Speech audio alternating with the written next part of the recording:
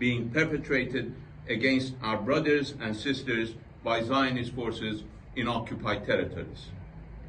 Innocent men, women, and children are being massacred by the deadliest and most sophisticated weapons.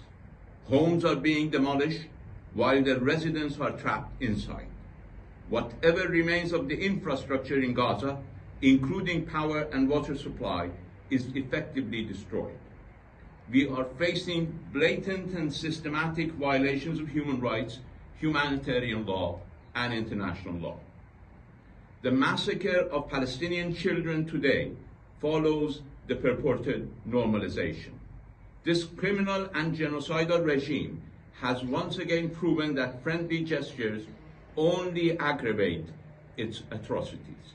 The sole aim of Israel's hypocritical gestures is to divide Muslims and isolate the people of Palestine.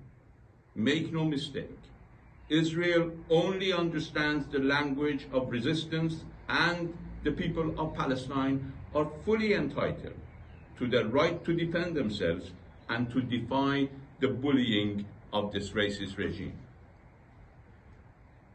Your Highness, distinguished brothers and sisters, the Zionist attempt to uproot Palestinians from Al-Quds Sharif and even Judaize the surroundings of Al-Aqsa Mosque proves that the only path to peace in Palestine is the holding of a referendum among all residents of Palestine, including in particular displaced Palestinians and refugees.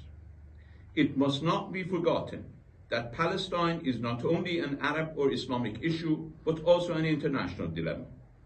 The crimes committed against the innocent Palestinian people over decades weigh heavy on the conscience of humanity. The international community therefore has a duty to condemn the Israeli regime in the strongest terms and compel it to end the destruction and siege in Gaza. We should continue to work actively in the United Nations to urgently convene an emergency session of the General Assembly to address this issue.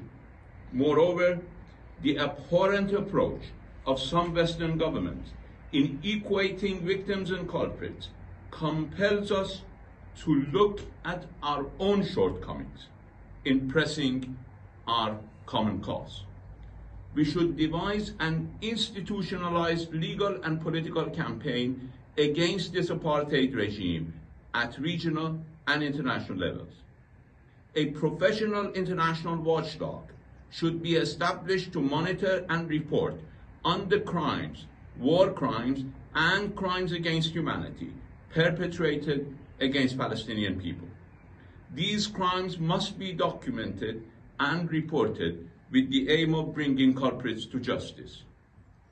We should also pass domestic legislation and a resolution by this organization recognizing that Israel is an apartheid regime. Furthermore, the criminal acts of Israel should be recognized as genocide and crimes against humanity by both domestic legislation in our own countries and OIC resolutions. And finally, member states should extend the jurisdiction of the national tribunals to include the prosecution of criminals perpetrating war crimes, genocide, and crimes against humanity in the Palestinian occupied territory. Your Highness, Excellencies, dear friends, the Islamic Republic of Iran, as always, extends its hand of friendship to all of you. We are prepared to set aside all of our differences and unite in defending the right of the people of Palestine, particularly the right to self-determination and the establishment of their state with Al-Quds Sharif at its capital. Thank you very much. Assalamu alaikum wa rahmatullahi wa barakatuh.